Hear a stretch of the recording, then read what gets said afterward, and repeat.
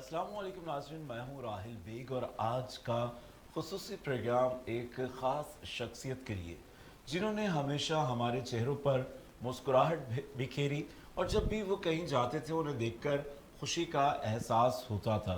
अपने फ़न से ना कि सिर्फ अपना बल्कि मुल्क का नाम भी रोशन किया।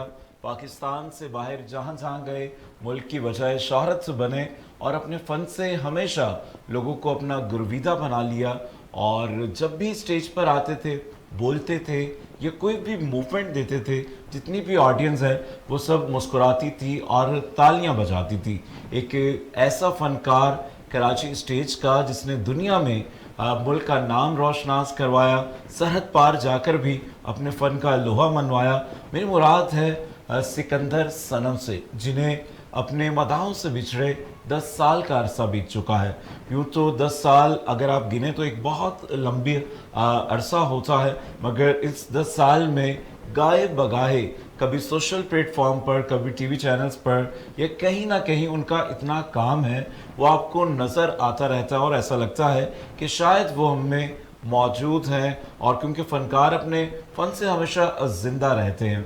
और आज का ये जो प्रोग्राम है और छोटी सी हमारी ये काविश है कि हम सिकंदर सनम को खराज अकीदत पेश कर सकें। और आज स्टूडियो में हमने दावत दी है सिकंदर सनम के साहबजादे शहबाज सनम और समीर सनम इस वक्त हमारे साथ मौजूद हैं और उनसे सिकंदर भाई की बातें शेयर करेंगे, किस तरह से वक्त गुजरा और उनकी किन चीज़ों को वो ज़्यादा मिस करते हैं, कौन सा ऐसा काम है, क्योंकि अब इस फ़न को लेकर वो भी आगे चल रहे हैं। इस हवाले से भी जानने की कोशिश करेंगे।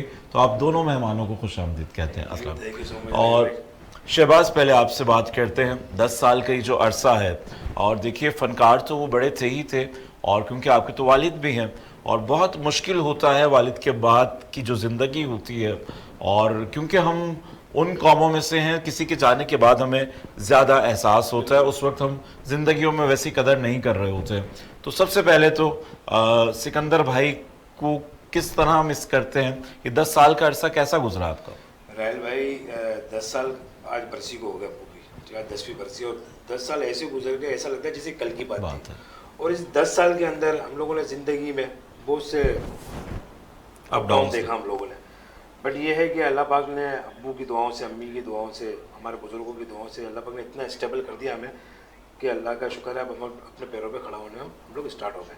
स्ट्रगल अभी भी जारी है, ज़्यादातर बंदा दुनिया में जितना भी कामयाब हो जाता है पर उसकी स्ट्रगल जारी रहती है। और ये देखें, जो जज्बा होता है सीखने का ये जारी रहना चाहिए। बिल्कुल, बिल्कुल। और जब तक आपके अंदर जुस्तजू होती है, कोशिश होती है, तो आप आगे से आगे, आगे से आगे बढ़ते चले जाते हैं। तो शहबाज, आप भी अदाकारी की तरफ हैं, स्टेज भी कर रहे हैं, स्टैंड अप कॉमेडी भी कर रहे हैं, तो ये ख्याल कैसे आया? या अब्बू की ज़िंदगी में ही आपने ये चीज़ें शुरू कर दी थी, या उनके दुनिया से चले जाने के बाद आप इस तरफ आए? नहीं राहिल भाई, एक तरीके से समझें कि मैं इस फील्ड में एक हादसाती तौर पर आ गया। मेरा कोई भी दूर दूर तक मेरा रुझान नहीं था। हाँ, शौक बहुत था। हाँ। जैसे आपको पता है ना कि अगर जैसे वालिद साहब एक्टर थे और तो बच्चों की ख्वाहिश होती है कि यार वो भी अब्बू की तरह बने। किसी के वालिद साहब किसी का कोई प्रोफेशन होता है तो उसके बच्चे समझते हैं कि मैंने अपने पापा की तरह बनना। तो मेरी भी ख्वाहिश यही थी कि यार अब्बू जिस तरह से एंटरटेन करते हैं लोगों को, यार मैं भी जाकर एंटरटेन करूँ। बट ये कि अब्बू की ज़िंदगी में कभी भी मेरी हिम्मत नहीं हुई कि मैं अब्बू से कहूँ कि यार अब्बू मैंने भी यही करना है, यही काम करना है, स्टैंड अप कॉमेडी करनी है, ये करना है, वो करना है।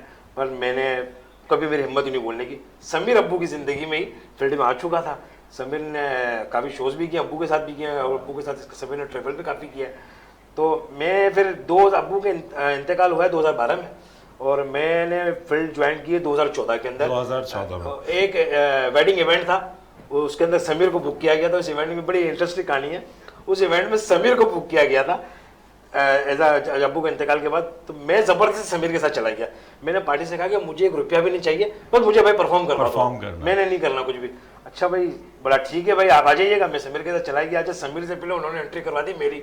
अच्छा, उस शो के अंदर जो होस्ट थे, अल्लाह जन्नत नसीब करे उन्हें, मरहूम हमारे तनवीर खान साहब। अच्छा, तनवीर खान साहब उस शो के अंदर होस्ट करे थे शो को, और जब उन्होंने इंट्रोडक्शन करवाया, मैं एंट्री करके आया, और मुझे खुद नहीं पता कि इतनी अच्छी एंट्री होगी। लाइव का पहला शो मेरा, कभी भी कोई प्रैक्टिस नहीं है, वो बस 1-2-4 दिन की रिहर्सल करी थी।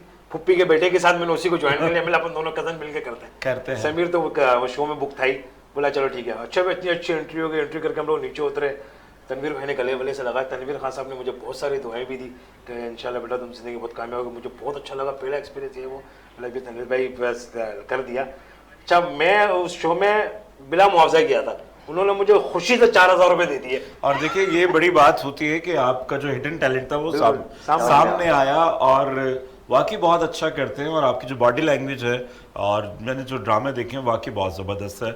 और टाइमिंग जो और कॉमेडी में सारा जो खेल है वो टाइमिंग का है। और अगर टाइमिंग आपकी प्रॉपर है और पंच लाइन आपकी ज़बरदस्त है तो आप अपने करेक्टर पर हावी रहते हैं। तो समीर से भी बात कर लेते समीर, क्योंकि आप तो सिकंदर सनम साहब की ज़िंदगी में ही ये चीज़ें कर रहे थे और डांसिंग, कॉमेडी और ये सब चीज़ें, तो अब्बू की तरफ से कैसा रिस्पांस आता था? तो जब आपने कहा कि मुझे भी एक्टर बनना है, चीज़ें करनी है और डांसिंग वाली साइड पे जाना है, तो क्या रिस्पांस था? एक्टिंग का तो उस टाइम पे मुझे नहीं था इतना, ये है कि अपना डांस का मुझे बड़ा शौक था। और अब्बू तो वैसे कहते भी थे कि भाई इसको मैं अपना फील्ड में रखूँगा। और तेरे नाम अपना जो थी उसमें भी मैं था, और उसमें भी जो है मतलब वो समझ लीजिए मेरा पहला एक्सपीरियंस था एक्टिंग की तरफ, तो उसमें भी मतलब करा मैंने।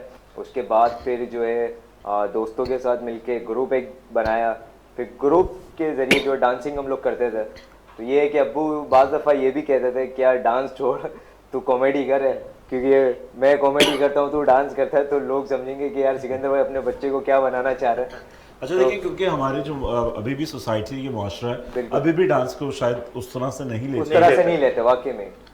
तो दूसरा पता है रहल भाई क्या, मैं समझता हूँ पाकिस्तान में ना डांस का कोई स्कोप भी नहीं है प्रॉपर। जैसे हमारे पड़ोसी मुल्क में तो डांस का एक बहुत बड़ा स्कोप है, यहाँ पे मैं समझता हूँ पाकिस्तान में तो डांस का कोई स्कोप नहीं है। कॉमेडियन ये भी है कि फिर भी कहीं ना कहीं से निकल जाता है, एक्टर भी निकल जाता है, डांसर बेचारा फंस जाता है।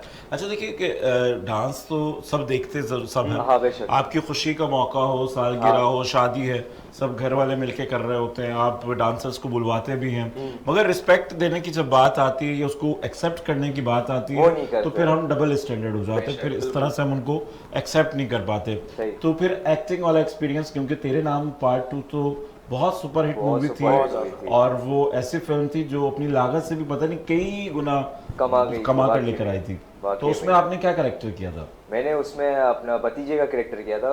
वो जो रियल मूवी थी उसमें लड़की होती है भतीजी, और इसमें जो था वो मैं था। वो भी ऐसे था कि मतलब उन कोई अपना बच्चा उन्होंने हायर किया हुआ था उस टाइम पे, तो वो शूट पे नहीं आया था, पता नहीं कोई इशू की वजह से।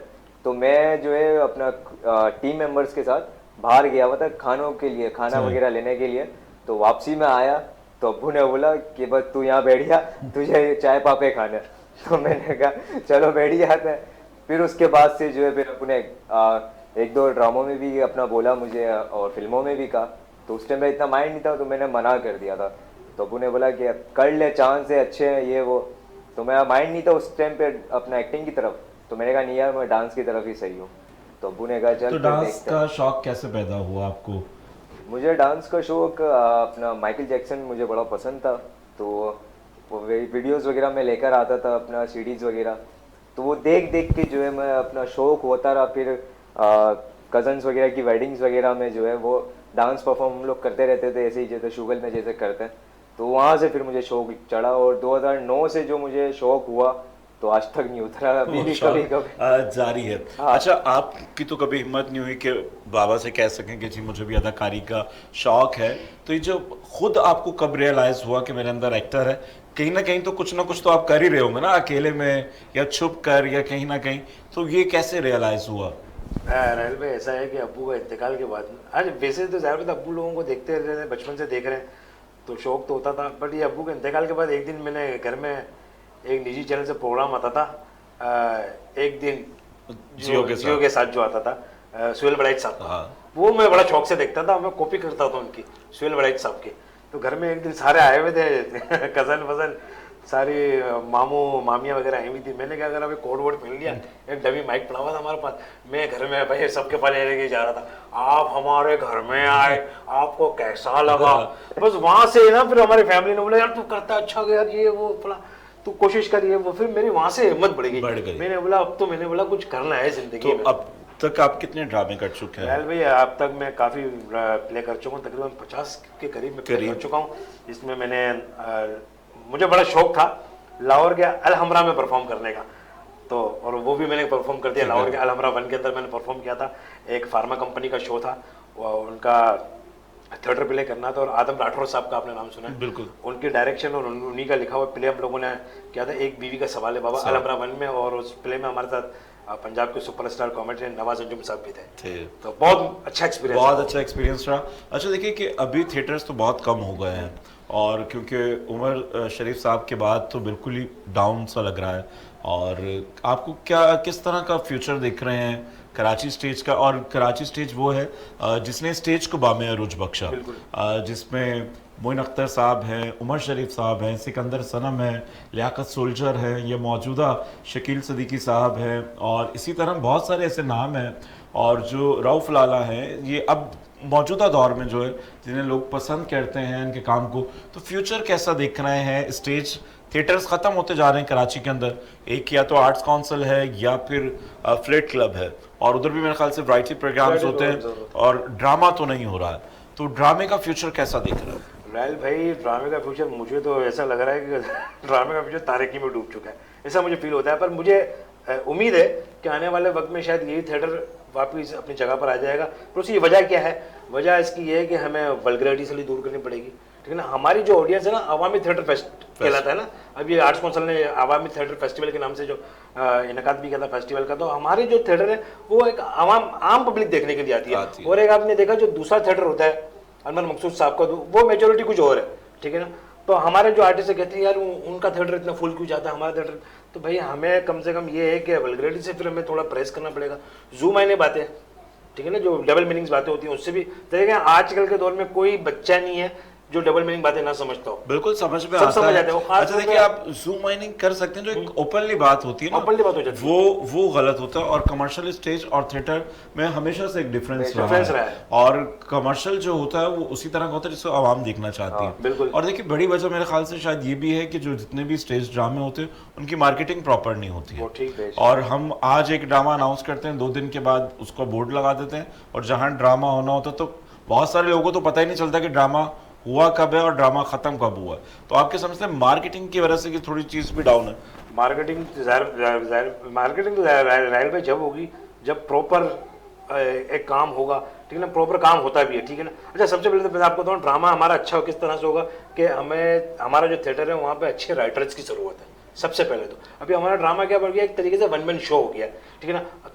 वो कहते हैं कि भाई आप अपने एंट्री लिख कर जाओ, वो बोलता है मैं अपने एंट्री लिख कर जाऊंगा, तो क्या 2-2 पीयर आते हैं अपने एंट्री करके चले जाते हैं। वो फिर ड्रामा नहीं लगता, वो स्टैंड अप शो लगता है, वो शो लगता है, स्टोरी क्रिएट नहीं हो पाती इसके अंदर। बिल्कुल। तो सबसे पहले तो राइटर्स अच्छे आने चाहिए, ठीक है। राइटर जब आएगा और राइटर का लिखा हुआ फिर बोले भी आर्टिस्ट हमारे, ठीक है ना। जैसा आपने बात करी रऊफ लाला अंकल, शकील अंकल, दूसरे भी जितने आर्टिस्ट हैं, देखें ये भी कोशिश तो कर रहे हैं ना, थिएटर पे कर रहे हैं। इतनी मसरूफियत के बाद भी ये लोग इतनी मसरूफियत के बाद भी मैं कह रहा हूँ ना, अगर उनके इतने शोज होते हैं आउट ऑफ कंट्रीज ये वो, फिर भी मसरूफियत के बाद भी हर 1-2 महीने के अंदर कोशिश करते हैं कि 2-3 दिन का एक स्पेल करें ताकि पब्लिक को लेकर अपने घरों से निकल कर। तो पब्लिक फिर भी नहीं आती, क्या वजह है कि पब्लिक नहीं आती। और कुछ थिएटर वैसे भी खराब हुआ है, ऑर्गेनाइज हमारे जो थिएटर के 50-50 रुपए की उन्होंने टिकटें बेचना चालू कर दी। अब बिल्कुल। और रऊफ लाला, शकील सिद्दीकी इतने बड़े आर्टिस्ट 50-50 रुपए इस तरह से, तो ये तो मैं समझता हूँ कि भाई बहुत ही नाइंसाफी है। और क्योंकि नए प्रोड्यूसर्स भी नहीं आ रहे और जो सीनियर्स हैं जो इस फील्ड से वाबस्ता लोग थे वो भी कहीं साइड हो गए हैं। तो अभी तो आप यंग हैं और ये सफ़र का आगाज़ है, तो क्या एम है, क्या सोच है, क्या कहेंगे? एम तो यही है कि इसी फील्ड में जो है अपना नाम बनाना है, अब्बू की तरह ही जो है अपना फेम होना है। और वो तो देखे जो लेजेंड्स थे वो तो लेजेंड्स हैं, अब जो नई यूथ आ रही है हम समझ लीजिए उनके लिए एक अपना कॉमेडियन है, उनके हम नए स्टार बनने जा रहे हैं। तो ये है कि अपना जितना मतलब सपोर्ट करेगी हमें आवाम उतना हम आगे आएंगे, क्योंकि यहाँ पे आपको पता है कि हमारी आवाम को अगर कोई एक उल्टी सीधी कोई भी एक वायरल चीज़ मिल जाए तो उसके पीछे लग जाती है। अच्छा कुछ लोग मीम्स खुद भी बना रहे होते हैं, कॉमेडियंस, तो आप भी कोशिश करते कोई ऐसा मीम बना दूं? नहीं यार, मैं पता है आपने ये बहुत अच्छी बात करी। हमारे भी एक जानने वाले कॉमेडियन है, बहुत अच्छे हैं, ठीक है ना, वो अपने मीम खुद बनाते हैं जी, हमें तो जैसे पता ही नहीं चलती है। तभी कुछ लोग इस तरह खुद मीम्स बनाते हैं कि हम वायरल हो जाए और लोगों की नजर में आ जाए। अच्छा क्योंकि आज बरसी का भी दिन है सिकंदर भाई की, तो बचपन में अब्बू का वक्त मिला आप लोगों को? क्योंकि जिस दौर में आप छोटे होंगे उस वक्त तो स्टेज बहुत ज़्यादा अरूज पर था, उनका काम भी बहुत ज़्यादा था, तो बचपन जो था आपका बचपन कैसा रहा उनके साथ? राहुल भाई, जब मेरे बचपन में तो ज़्यादा अबू इस फील्ड में थे तो सही, हाँ। पर इतना माँ में उरूज नहीं था अब्बू का सही। ना, ठीक है, मतलब इतने पॉपुलर नहीं थे, वनडे प्लेस वगैरह हाँ, करते थे अब्बू। और अब्बू उस दौर में जब मेरे बचपन में, अब्बू एक फैक्ट्री में जॉब करते थे, माचिस फैक्ट्री के अंदर, सही। माचिस से बनती थी वहाँ पे। तो अब्बू के साथ मेरा टाइम तो अच्छा खासा स्पेंड हुआ। फिर समीर के बाद फिर अब्बू मतलब ज़्यादा बिजी होने लग गए, तो समीर को कम टाइम मिला मिला। और जब किसी ट्रैवलिंग भी मेरे ख्याल से काफी सिकंदर भाई के साथ काफी ट्रैवलिंग की है। और ये साथ साथ रहा है, काफी- आखिरी काफी- वक्तों में तुम साथ साथ रहे। समीर का एक बैड लक भी ये भी रहा है कि अब्बू जब इंडिया गए थे तो वहाँ पे 2008 के अंदर एक शो स्टार्ट होने वाला था, बच्चों का शो था, कॉमेडी के हंसगुल्ले। उसमें समीर का कराची में ऑडिशन हुआ था, तो समीर उस ऑडिशन में सिलेक्ट भी हो चुका था। समीर ने भी इंडिया परफॉर्म करने जाना था, बट अनफॉर्चुनेटली वो मुंबई जो हमले हालात हुए और मुंबई अटैक हुआ था, उसके बाद फिर समीर बेचारा मुंबई तो नहीं जा सका, घर में एक दिन कैद हो गया। कोई बात आना जाना कर लिया। नहीं इंशाल्लाह ये सिलसिला रहेगा। नहीं, आप इंशाल्लाह, देखें, इंशाल्लाह, बिल्कुल। जो नहीं, टैलेंट हम हाँ, इंशाल्लाह हम अपने मुल्क में रह के कुछ अच्छा काम कर बिल्कुल लेंगे। टैलेंट तो देखिए पानी की तरह होता है ना, वो बिल्कुल। बहता हुआ खुद ही अपनी जगह बनाता देता है, हुआ वाकई। चला जाता है। और टैलेंट कभी भी किसी चीज का मोहताज नहीं होता, मगर एक प्लेटफॉर्म का मोहताज जरूर प्लेटफॉर्म, होता है। बिल्कुल। और अगर कोई अच्छा प्लेटफॉर्म और अच्छा उसकी पजीराई करने वाला मिल जाए बेश। तो ये तमाम चीजें मिलती हैं। और बहुत सारे ऐसे नाम हैं, शायद हम लोगों ने उनकी इस तरह से कदर नहीं की। बिल्कुल, जब सही। लोग वहां गए और वहां आके उन्होंने काम किया तो फिर हमने यहाँ पे भी उनसे मोहब्बत की। बिल्कुल। ये चीज़ मुझे थोड़ी सी तकलीफ दे लगती है कि हम अपने आर्टिस्ट को अपने ही मुल्क में पहले क्यों नहीं पहचानते या उसकी कदर क्यों नहीं करते। और एक चीज़ और भी है, हम अकेले बैठ के वो ड्रामा भी देख लेंगे, पाकिस्तानी फिल्म भी देख लेंगे जहाँ पे 4 लोग इकट्ठा होते हैं, देखी हुई चीज़ को भी हम इग्नोर कर देते हैं कि हमने नहीं देखी है या अच्छी नहीं है या ये नहीं है। जब तक हम अपनी चीज़ों को खुद से ऑन नहीं करेंगे बेशक। तो कोई दूसरे क्यों ऑन करेंगे। जब बिल्कुल ऐसा ही है। यही लोग वहां जाके काम करते हैं तो लोग तो वही हैं, काम भी वही हो रहा है, तो आप देखना शुरू कर देते हैं कि आप समझते हैं कि शायद ये उस प्लेटफॉर्म से है, ये है, तो ये डबल स्टैंडर्ड है नहीं है। बिल्कुल। अच्छा, मैं तो एक बात ये भी समझता हूँ, जितने भी हमारे आर्टिस्ट जो इंडिया गए थे, चाहे खुद से तो नहीं गए ना, जाहिर बात है वहाँ वालों ने बुलाया था तो ये लोग गए, तो उन लोगों ने, इंडिया वालों ने एक तरीके से हमारे आर्टिस्टों को यूज किया, यूज किया, ठीक है ना, उनकी रेटिंग्स आई, यही उनके ना, प्रोग्राम उनकी हिट ratings हुए, आई ना कि सिर्फ इंडिया में, पाकिस्तान में लोग कितना देखते, दुनिया भर में बिल्कुल, चीजें बिल्कुल, पसंद हुई। बिल्कुल। और लाल बादशाह सफेद बादशाह जो दो जोड़ी हाँ, थी, जोड़ी। इरफान मलिक, अली हसन, शकील सिद्दीकी अंकल, रूपलाल अंकल, तो इन्होंने क्या करा, वहाँ गए लोग, इनका काम उन लोगों ने देख लिया कि किस तरह से करते हैं। मैं समझता हूँ इंडिया में स्टैंड अप कॉमेडी इस तरह से उस लेवल पे नहीं थी, आज पहुंच गई है, ठीक है ना। आज अच्छा हम आज भी आप देखें तो वो चीज नहीं आती जो पाकिस्तानी कॉमेडियंस जिस तरह से काम करते हैं। अगर आप उनका लाफ्टर चैलेंज उठाकर देखें, जो जितने भी पाकिस्तान से लोग गए उन्होंने काम किया और वही उनके रेटिंग की वजह बने। बिल्कुल, बिल्कुल। जबकि उसी में से बहुत सारे अभी कपिल शर्मा शो, वो भी उसी प्रोग्राम से आए और काम कर रहा है। तो पाकिस्तान में कब पजीराई मिलेगी आर्टिस्ट को? क्या पाकिस्तान में समस्या? बताता हूँ आपको, पाकिस्तान में आर्टिस्ट को पसीना कब मिलती है, उसकी दुनिया से जाने के बाद। ये सही तो मायने है। में। सही या मायने क्योंकि में। हम- उसके बाद देंगे ना, उसकी फिर वो ट्रिब्यूट भी होते हैं, उसकी जिंदगी में कोई ट्रिब्यूट पेश करता नहीं है, जिंदगी में पूछते भी नहीं पूछते भी नहीं हो, है, पूछते भी वो नहीं घर में है, क्या है, किस हालत में, जाने के बाद वो ट्रिब्यूट भी करेंगे, तो तो वहाँ तकरीबें भी की जाएंगी। तो बेमकसद है। बेमकसद और है वो देखिए कि हम लोग इतने मुर्दा परस्त हो चुके हैं कि यहाँ पर हमें लफ्ज अच्छा सुनने के लिए मरना पड़ता है। जब बिल्कुल तक हम मरते नहीं हैं तो तब तक हम अपनी तारीफ ही नहीं तारीफ ही नहीं सुनते। सुन और पाते, अजीब सा वाकई एक में। माहौल बन गया है कि हम जिंदा लोगों को मारने पर तुले हुए हैं और मरे हुए लोगों को जिंदा करने पे तुले हुए हैं। तो जितने लोग जिंदा हैं, जितने लोग आपके इर्द गिर्द हैं, चाहे वो फनकार हों, आपके रिश्ते हों, चीज़ें हों, जो जुड़े हुए हैं, उनकी आप कदर कर लें, जिंदगी में कदर कर लें। उसके बाद तो फिर मौका आपके हाथ में आएगा ही नहीं। तो इससे शहबाज ने तो बताया कि बचपन ऐसा रहा, आपका कैसा रहा जब आप जाते थे उनके साथ शोज में, प्रोग्राम्स में? और उस वक्त सारे बड़े बड़े नाम जैसे बिल्कुल, उमर बेशक। शरीफ साहब हो गए या इस तरह से हाँ, शकील तकरीबन सिद्दीकी सारी साहब हो गए, सभी थे। बड़े नाम, वो लोग जिनको उस वक्त लोग देखना चाहते थे, पसंद करते थे। तो आपको लगता था कि अब्बू के ये सब दोस्त हैं और मैं इनसे मिल रहा हूँ, तो क्या उस वक्त ऐसा साथ होता था? मैं तो जब मतलब मैंने होश संभाला था, मैं तकरीबन 6-7 साल का, 8 साल का था, तो उस टाइम पे मुझे तो नहीं इतना आइडिया था कि कौन क्या है? हाँ, कौन क्या है और कौन मतलब ये क्या चीज़ है, कॉमेडी वगैरह और स्टार वगैरह किसे कहते हैं, तो इतना मुझे माइंड नहीं था। तो अब्बू के साथ जब मैं जाता था और माशाल्लाह से जब इनको जो भी थे पब्लिक, इनके फैंस थे, जब इनको घेरते थे तो मैं अब्बू से गाड़ी में या घर आके पूछता था क्या कौन वो लोग थे? कौन लोग थे, वो पैसे मांगने आते हैं क्या?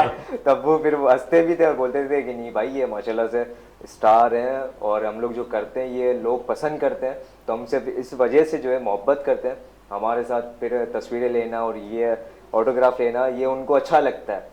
तो फिर मैंने सोचा कि नहीं यार ये माशाल्लाह से अच्छा काम है और लोग इसमें जो है मशहूर होते हैं तो लोग और ज़्यादा पसंद करते हैं। तो फिर मेरा माइंड बना कि यार शोबिस की तरफ आना फिर चाहिए। अब्बू के साथ फिर मैं जो है तकरीबन शोज़ में, फिल्मों में और काफ़ी पाकिस्तान में ट्रैवलिंग अब्बू के साथ की है मैंने। तो अब्बू के साथ साथ मैं रहता था और एक वाक़या तो मुझे अभी भी याद है, अब्बू किसी शो में गए थे, प्राइवेट शो था, शादी वगैरह का एक था, तो वहाँ पे मैं अब्बू के साथ था। तो शो अब्बू ने करा, एंट्री हुई अब्बू की, एंट्री के बाद हम निकल रहे थे तो एक अपना बंदा आया वहाँ से ऑडियंस में से, कोई तस्वीर उसने पहले ली, फिर उसके बाद उसने अब्बू से ऐसी बात की जो अब्बू भी सोच मतलब सुन के हिल गए। और आया वो तस्वीर लेने के बाद उसने कहा सिकंदर भाई आप सिंगल हैं, आप कुंवार हैं?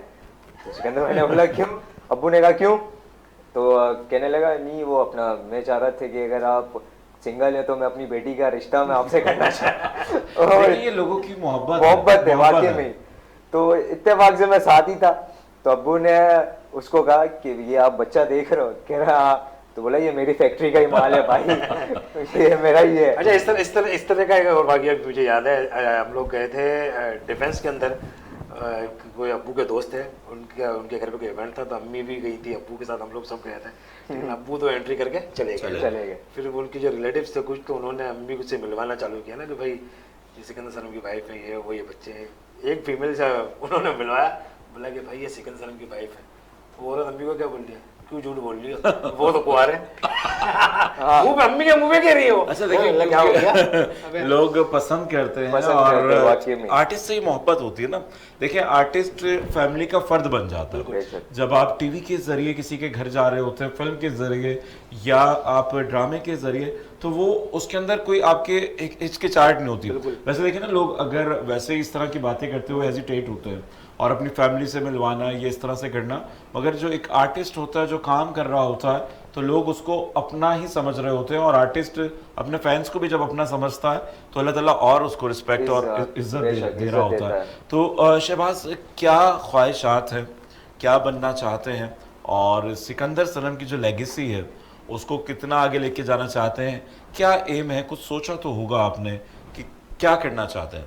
राहिल भाई, अभी हमारा तो सबसे बड़ा एम तो ये है कि अल्लाह पाक थोड़ा और मजीद हमें इतना स्टेबल कर रहे हैं कि अपना बिजनेस करना चाहते हैं। सबसे पहले तो ये ख्वाहिश है हमारी। बिल्कुल, बहुत ज़रूरी है। देखिए कि जब आप इस फील्ड में आते हैं और स्पेशली चाहे आप अदाकारी में जाएं, कॉमेडी में जाएं, मीडिया में जाएं, कहीं पे भी जाएं, तो बहुत ज़्यादा स्ट्रगल करनी पड़ती है। जो स्टार्टिंग में जो मुआवजा है, ये चीज़ें हैं, वो उस तरह से नहीं मिलती हैं। तो आपको अपनी असल लाइफ में सर्वाइव करने के लिए कुछ ना कुछ करना पड़ता है। और ये अच्छी बात है कि अल्लाह ताला आपको इसमें कामयाब करे और एक बिजनेस के साथ साथ इस फन को भी लेके जाए। जैसे सिकंदर भाई ने फिल्म्स बनाई, पार्ट 2 बने जिसमें तेरे नाम, गजनी, खलनायक और बहुत सारी फिल्में।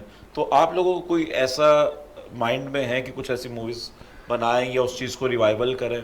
मूवी तो मेरे माइंड में बिल्कुल भी नहीं है। मुझे बीच में 1-2 कंपनीज के फ़ोन आए थे, उन्होंने कहा था कि हम इस तरह से पैरोडी मूवीज़ बनाना चाहते हैं। तो बोला आप और समीर से हमारी ख्वाहिश है कि आप मूवी में आए ताकि हम ट्रिब्यूट करें सिकंदर भाई को।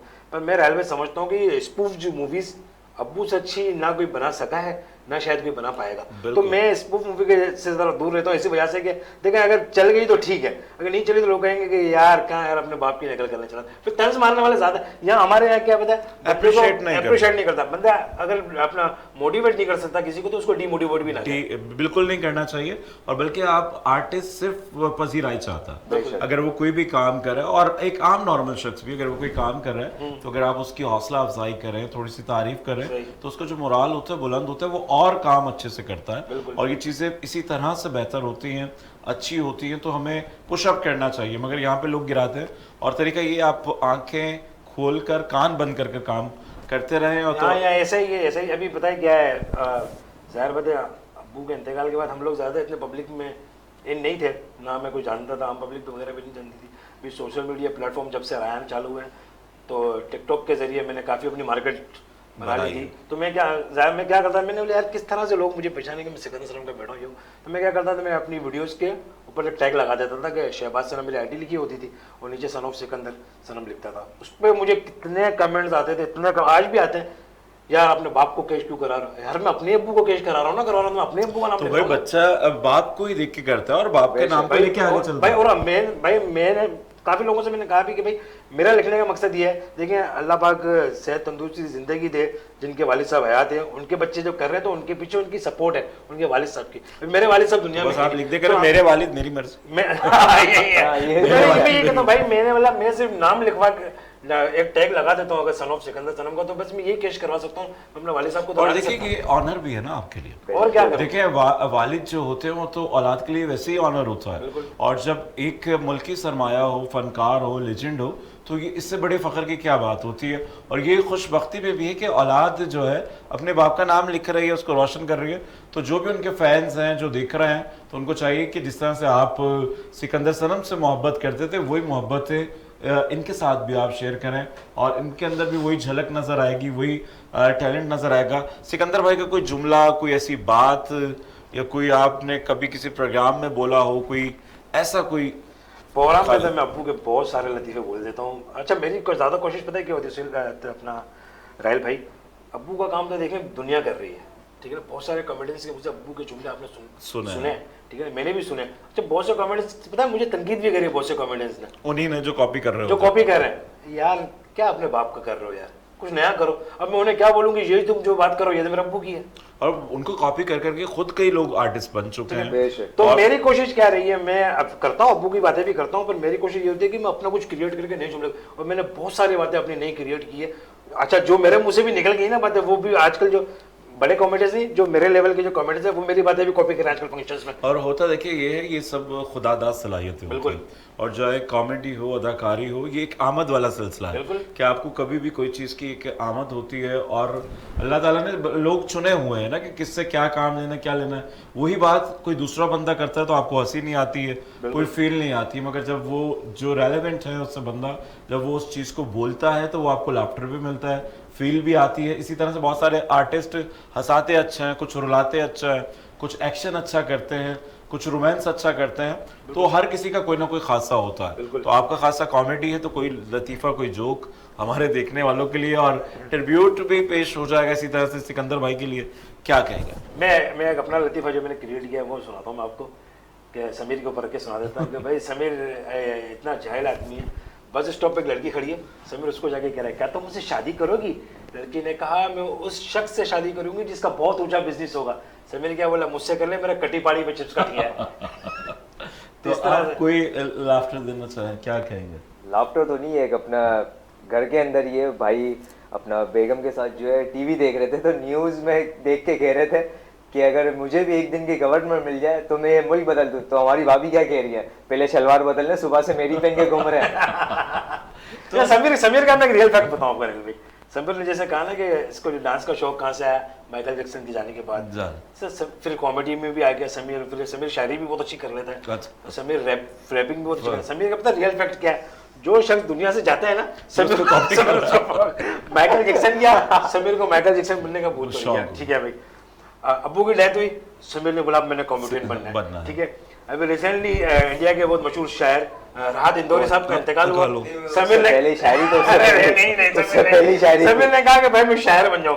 अभी रिसेंटली इंडिया के जो सिंगर जिनका मर्डर हो गया वो सिद्धू मूसेवाला, समीर ने उनके पास रैपर रैपिंग शुरू। समीर मतलब बंदे मारने के लिए दुनिया में आया है क्या? तो कोई मरेगा वही करो। और अगर किसी को बांटना चाहते तो पहले से करना शुरू करो, एडवांस बुकिंग उसकी तो रैपिंग नहीं। मतलब ये है कि मैं ये सोच रहा हूँ कि हर चीज में आर्टिस्ट को होना चाहिए, शौर होना चाहिए कि अपना हर चीज का आपको नॉलेज होना चाहिए कि हाँ यार ये भी चीज है, वो भी तो चीज रैपिंग है। भी बहुत ज्यादा चल रही है, बहुत ज्यादा। अबे मैं नहीं तो कौन बे। ये तो हकीकत है। किस तरह की रैपिंग करते हैं? नहीं मैं वैसे नहीं करता, मैं घर में ही अपना थोड़ा बहुत ऐसे गुनगुनाते हैं। तो ये मोबाइल में भी मैं लिख रहा होता हूँ। नहीं वैसे अपना प्रॉपर नहीं कर पाता मैं, अगर जैसे अब आप कह रहे ना वैसे मैं नहीं कर पाऊंगा। अब अकेला घर में होऊंगा मैं आराम से कर लूंगा, अकेले से चुपके से मोबाइल ऑन करके बना के उसको फिर वो पोस्ट कर देते। नहीं पोस्ट वगैरह भी नहीं करता क्योंकि तो सिकंदर भाई की कोई ऐसी बात, कोई ऐसा जुमला, कोई जोक जो आपको याद हो, या लोग कोई फरमाइश करते हो जब जाहिर सी बात है स्टेज पर इंट्रोड्यूस करवाया जाता है, बिल्कुल। तो लोगों की एक्सपेक्टेशन भी वही होती है कि बेशक। शायद वही चीज़, और आपकी रिजेम्बलेंस भी काफ़ी है। ज़्यादातर जो है अपना लोग फरमाइश करते हैं, और क्या कहते हैं, कहीं भी इवेंट्स वगैरह में जाता हूँ तो ज़्यादातर अब्बू का एक शेर होता था हर इवेंट में जो कहते थे, वो शेर की मुझे एक रिक्वायरमेंट बड़ी आती है कि यार ये शेर आप लाजमी करना। और उसके अलावा जो है अपना ये है कि अब्बू की कहते हैं कि यार उनके डब पे भी क्या करो, तो मैं कहता हूँ डब पे तो हर कोई करता है, तो ये है कि हम उनके जो जुमले हैं वो अपने अंदाज से जो है वो करते हैं। तो शायरी अब्बू की एक है अपना, वो बड़ी मशहूर थी, दिल तोड़ने वाला दिल का दर्द क्या जाने, दिल तोड़ने वाला दिल का दर्द क्या जाने, इश्क के रस्म रिवाज ये जमाना क्या जाने, कब्र का हाल तो मुर्दा ही जानता है, 10 रुपए के फूल डालने वाला क्या जाने। तो ये अब्बू का एक शेर था, तो ये मुझे ऑडियंस कहती है कि हर शो में जब भी मैं जाता हूँ तो कहती है यार ये शेर आप करें, क्योंकि ये अब्बू का समझ लीजिए साइन था, लास्ट साइन ये था। और उसके अलावा टिकटॉक पे भी बड़ा ये मशहूर हुआ था, और अभी भी उनकी बहुत सारी चीजें जो हैं टिकटॉक पे लोग बिल्कुल, बहुत बिल्कुल। भाई पसंद कर रहे हैं और देख रहे हैं। अच्छा, वो जैसे स्टेज पे आते थे लोग हंसना शुरू हो जाते हैं। बिल्कुल बिल्कुल बिल्कुल। वो अगर कुछ नहीं भी बोल रहे हैं और वो खड़े हुए हैं, बेशक। और वो एक तो उनकी टाइमिंग, और वो जो सामने वाली बात करता था उसके ऊपर जो रिएक्शन उनका आता था ना, वो थिएटर में तो यही ना, रेलवे एक्ट पे रिएक्ट है, एक्ट पे रिएक्ट है, जो रिएक्ट होता है वही एक्टर होता है, वही एक्टर होता है। और उसी पे पब्लिक आपको पसंद करती है, नापसंद करती है। तो क्योंकि प्रोग्राम का वक्त भी आगे बढ़ा, अभी ब्रेक पे जाएंगे, और ब्रेक के बाद हमारे साथ सिकंदर सनम के एक और साहबजादे सुहेब होंगे और उनकी साहबजादी, और क्योंकि वो सिकंदर भाई के जाने के बाद हुई है, मगर आज भी वो अपने दादा से इतनी मोहब्बत करती है, उस छोटी सी बच्ची से भी जानेंगे। और क्योंकि मोहब्बत का जो सिलसिला है यकीनन औलाद से आगे पोती तक ट्रांसफ़र हुआ है, तो कोई मैसेज देना चाहें उनके चाहने वालों के लिए शहबाज, क्या कहेंगे? मैं अब्बू के चाहने वालों के लिए और अब्बू के फॉलोवर्स जितने भी हैं उनसे भी यही कहना चाहूँगा, 10वीं बरसी के मौके पे क्या जितना हो सके अब्बू के लिए इसाले सवाब करिएगा, उनका पढ़ के बख्शिएगा, क्योंकि अब उन्हें यही काम है ना। बिल्कुल यही चीज़ ठीक है ना। और एक बात मैं और ये कहना चाहूँगा, अगर हम लोग भाई कोई भी अच्छा काम करते हैं और अच्छा लगता है आपको, तो आप हमें अप्रिशिएट करें। ये ना कि आप हमें कोई उल्टे सीधे कमेंट्स करके आप हमें डीमोटिवेट करें। आप हमें मोटिवेट करेंगे तो हम अच्छा काम करने की कोशिश करेंगे।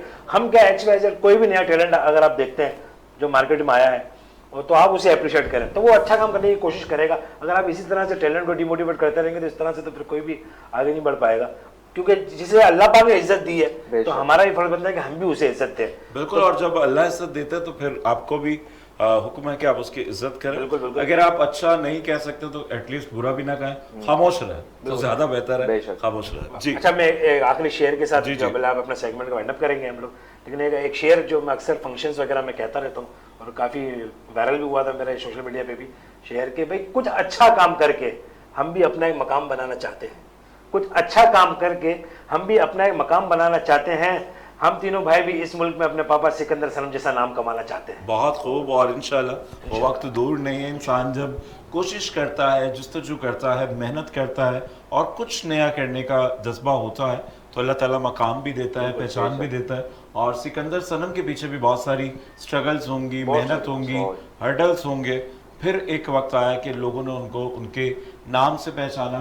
तो उनके आप काम से क्या मैसेज देंगे, क्या कहेंगे? मैं यही कहूँगा कि ज़्यादा से ज़्यादा जो है वो अब्बू को दुआ में याद रखिए, और जितना हो सके तो हमें उनकी जगह पे सपोर्ट अप करें, क्योंकि अब जाहिर सी बात है काफ़ी ऑडियंस जो है हमें कहती हैं कि यार आपके पापा की याद ताज़ा हो जाती है आपको देख के।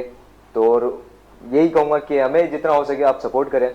और एक बात मुझे अक्सर लोग कमेंट्स वगैरह में करते हैं, भाई को भी आती होगी, कि बाप बाप होता है, तो यार वो जाहिर सी बात है, हमें भी पता है कि वो वालिद थे हमारे, उनके जैसा नाम कर सकते हैं और ना कभी कर पाएंगे। हम जो है ये है कि अब अपने तरीके से हम करते हैं, तो आप एक नया आर्टिस्ट समझ के, एक नया टैलेंट समझ के हमें सपोर्ट करें, ताकि ये है कि हम जो अब नई यूथ आ रही है, जो है नए लड़के हैं और जो इस चीज़ को समझते हैं, तो उनके लिए हम अच्छे साबित एक्टर या कॉमेडियन साबित हों। तो ये कहूँगा कि जितना हो सके हमें भी सपोर्ट करें और मेरे फादर को जो है वो दुआ में याद रखें। बिल्कुल जी, बहुत अच्छी बात है। और कभी भी किसी को किसी से कंपैरिजन नहीं करना चाहिए। जो होता है वो एक ही होता है, या तो आप उससे बहुत अच्छे होते हैं या बुरे होते हैं या बेहतर होते हैं, तो सबकी अपनी अपनी एक अलग शनाख्त होती है। तो कभी भी किसी को किसी से कंपेयर नहीं करना चाहिए। और उसके टैलेंट को आप देखें, या जब आप बहुत ज़्यादा अपने जहन के अंदर कोई चीज़ें एक्सपेक्टेशन बढ़ा लेते हैं तो फिर आप उस तरह से उसको जज कर रहे होते हैं। मगर काम को देखें और उन चीज़ों को देखें। और बिल्कुल जी, आप दोनों का बहुत शुक्रिया। Thank you. और यहाँ वक्त हुआ है एक ब्रेक का। ब्रेक के बाद सिकंदर सनम के साहबजादे ज़ुहैब भी हमारे साथ मौजूद होंगे। मिलते हैं एक मुख्तसर से वक्फे के बाद।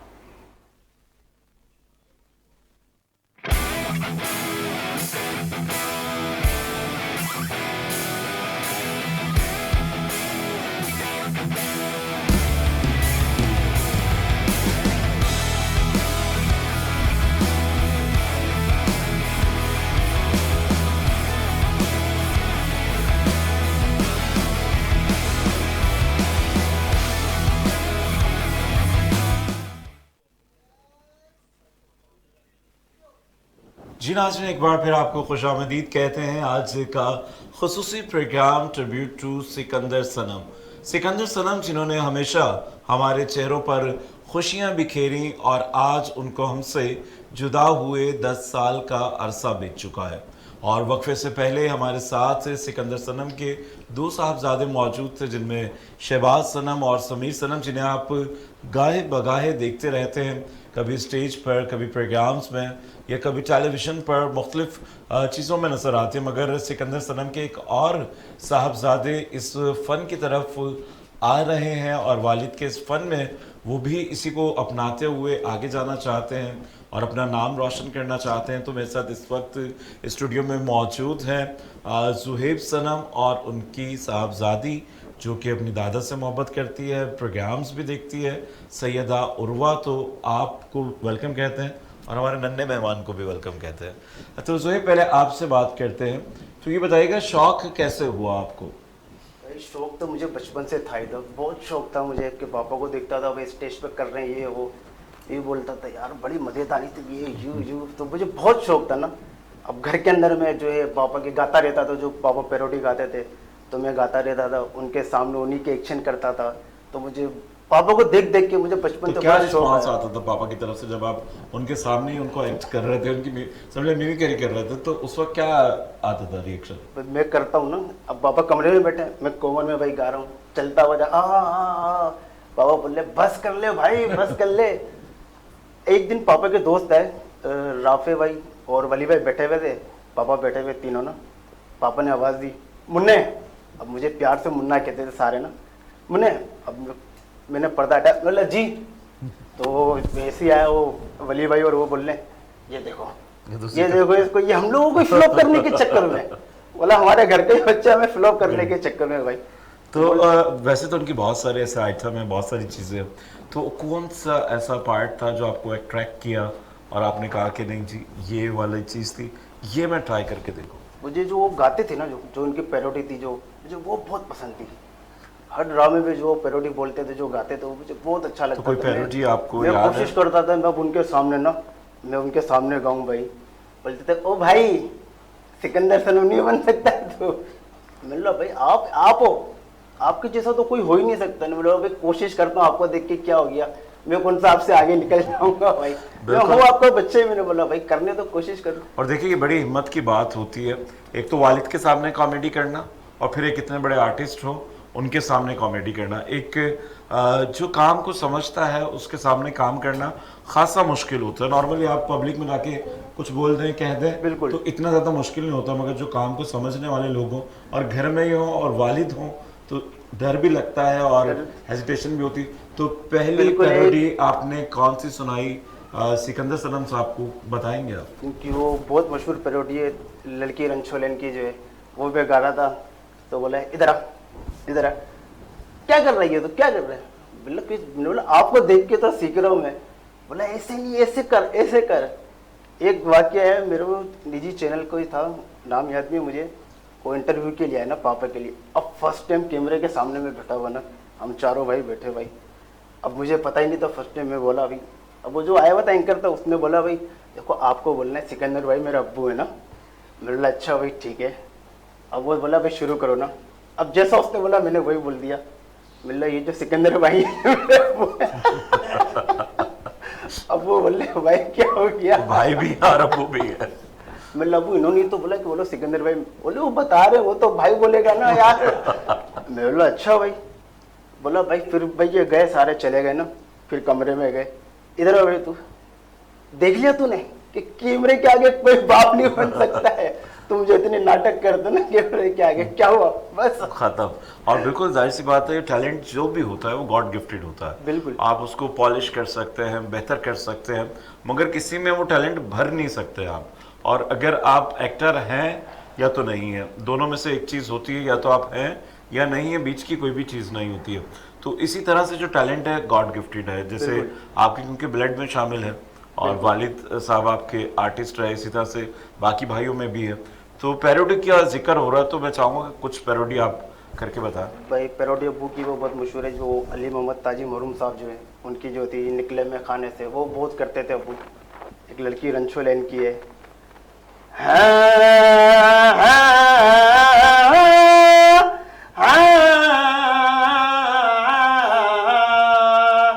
के निकले में खाड़िए कहते हुए मैं खाने से, और छुपके से कहा शीशों ने पैमानों से, जान झलक जाने लगा उड़ गई बोतल से शराब, बेवजू आ गया शायद कोई मैं खाने में, शेख में खाने में आने को मुसलमान आया, और मैं खाने से निकले तो मुसलमान निकले। बिल्कुल जी, बहुत खूब। और अच्छा, ये जो आपकी साहबजादी हैं तो ये भी देखती हैं सिकंदर भाई की चीज़ें देखती हैं? क्या नाम है बेटा? पहले तो आप सबको अपना नाम बता। ठीक है जी। अच्छा मुझे बताओ कि देखती हो चीज़ें, देखती हो वो कौन सी चीज़ें देखती हो ज़्यादा? दादा का कौन सा काम अच्छा आपको लगता है? वो जो रेड कपड़े पहनकर और वो जो इंडिया में कर आए थे, देखें वो ड्रामे? नहीं देखे? देखें? खुद को शौक है आपको एक्टिंग का? शौक अच्छा, है? अच्छा ये मुझे कॉपी करती है। अच्छा, मैं घर में बहुत ऐसी, अब तो बदला तो होगा ना आपने सिकंदर भाई को कॉपी किया तो अब आपको कॉपी करने वाला कोई आया? मैं घर में जो बलोची गाने जो होते हैं हमारे, तो मैं उस पर बड़ा डांस करता रहता हूँ घर के अंदर ना। तो अभी बीच में इसने एक क्लिप बनाया ना, कमरे में भाई बैठी हुई इसकी मम्मा, और ये बोले मम्मा वो बाबा ने डांस करते वो वाला गाना लगाओ ना। भाई मम्मा ने इनके लगा दिया और वो सेम मेरे जैसी कॉपी कर दी डांस। हाँ, डांस भी कर लेते हो? तो पापा घर में हंसाते रहते हैं या डांटते भी हैं? हंसाते हैं। तो पापा की कौन सी बात अच्छी लगती है, बताओ मुझे। बताओ कौन सी बात अच्छी लगती है आपको? शर्मा रही हो? पापा तो बिल्कुल नहीं शर्मा रहे।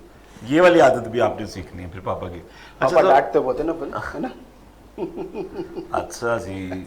और जो कॉमेडियंस होते हैं उन्हें भी गुस्सा आता है। लोग ये समझते हैं कि अगर कोई कॉमेडी कर रहा है तो वो सिर्फ वही चीज़ है जो हम काम के वक्त देख रहे हैं, क्योंकि वो तो उनका काम है।